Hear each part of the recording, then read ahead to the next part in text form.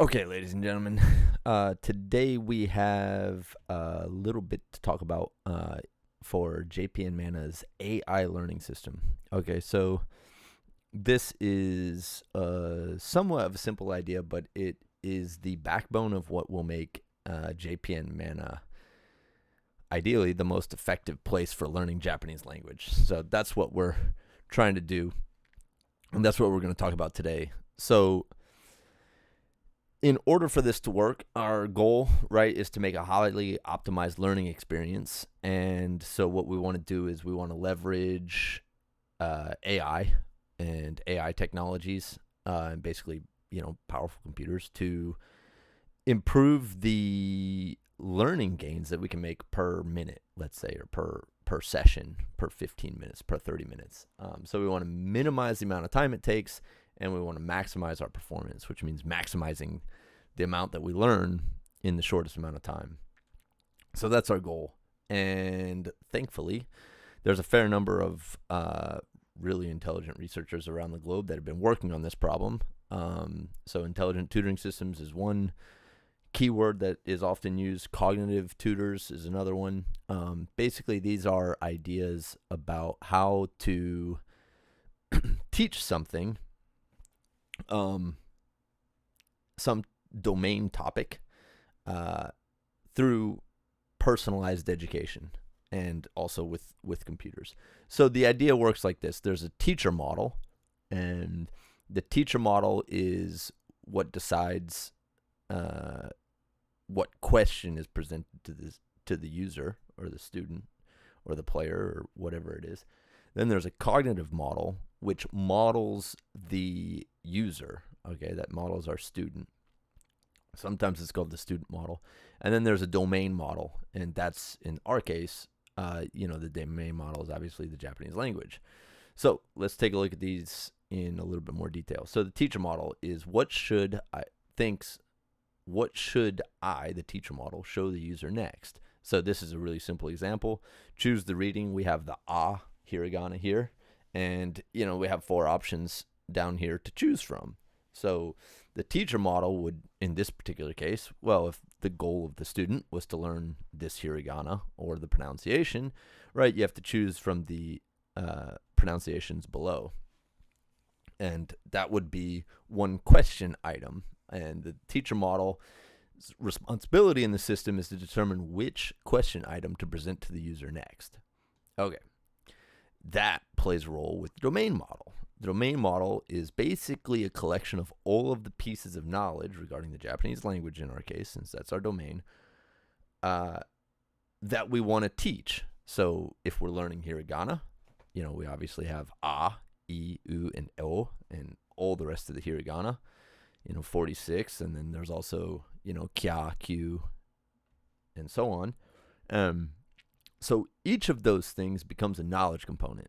And so we have some examples here. The letter A, typically maps to hiragana A or katakana A. That would be a separate knowledge component. And then we have this example at the bottom, which is taberu, matching to the kanji ta and then beru to make the verb to eat, taberu. And this might actually be a few knowledge components, right? So the one would be, recognizing the hiragana taberu, matching the kanji taberu. There might be another knowledge component to recognize that taberu is the verb to eat. And there might be a third knowledge component of recognizing ta is the yomikata, right? The way to read the ta kanji. And then vice versa, right? If I show you the kanji, there might be a knowledge component to recognize what the reading is.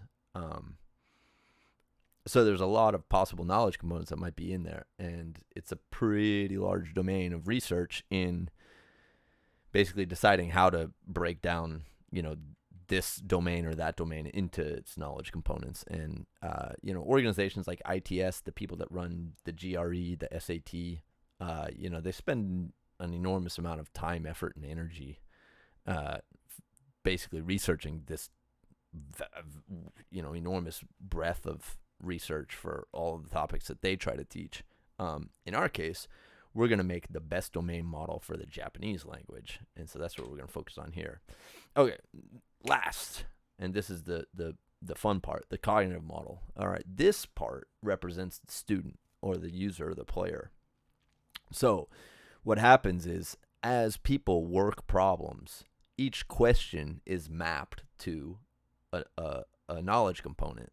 And then if you get that answer correct, as in the first case here, then that cognitive model gets updated.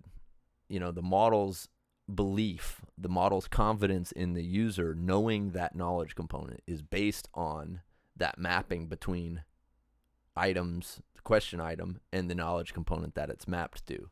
So it's the connection between the question items and the knowledge components in the domain model. And so as you answer this first one here, being hiragana, the model is going to gain more confidence because it has more belief that you, the user, knows that hiragana. And then as you get them wrong, in the case with katakana, right, this user would not necessarily know, the model is not going to believe that the person knows this this knowledge component, the connection between and katakana. So, just as a simple example, like this student might be studying hiragana but hasn't started studying katakana yet. And then, this is a giant table. We have a small example here, but, it has thousands of items, thousands of question items, thousands of knowledge components. And lucky for me, most of that stuff is available on the internet. Hiragana, we can generate our own knowledge components out of all the mappings between hiragana and romaji to hiragana and so on. And then maybe there's different knowledge components for hearing the pronunciation and listening. But we can make knowledge components out of those too. And so as the user answers items, the AI tracks which knowledge components people are getting right and wrong. It can monitor the order that these things are being done, and then we can improve the order of presentation of items, which in turn maps to knowledge components. So we can order the set of knowledge components to users, and this will become a more effective orders can be found basically out of the domain model. And then this allows us to answer some interesting research questions, right? So do we just do recognition, romaji, the alphabet letter A mapping to hiragana A, or is it better if we add that recognition step and then a listening step, and then maybe it's even better to do listening first and then do recognition? And by tracking these things in the cognitive model, we can see which types of people are responding more effectively to which presentations of orders. And then we can recommend for future users, we can recommend, we found that doing listening practice first on hiragana is twice as effective, or 30% faster for learning that content than just doing recognition flashcard practice. So these are the types of questions that this AI model and this cognitive model and domain model, etc., will allow JpnMana to answer, and in turn, hopefully make the best place on the internet for learning Japanese. So this is the types of questions that we're going to look at. This is essentially the backbone of how this system will work. And as people answer more questions and work through more flashcards, and as I add more and more Japanese content to JpnMana, we'll just learn more and more about the best ways to introduce those items to users, and we can separate users into different groups, right? People that are just brand new to Japanese, people that have been studying for 3 months, people that have been studying for a few years, maybe they already have the N3 or N2, and so we're going to look at all kinds of these types of questions for JpnMana, and we're really excited. If you're excited in learning more about this project and staying up to date. We recently just finished week 21 of development, and so week 22 has started. We have some social media links down here. You can follow us on our dev blog on Reddit. It's our JpnMana. We got a Facebook page. I typically post to both of those. Twitter as well. I tend to post links from Twitter to both of the above blogs, particularly the weekly blog. And we have Patreon, but it's a work in progress. So if you want to stay up to date, of course you can check out any of those online communities, as well as the actual site itself, JpnMana.com.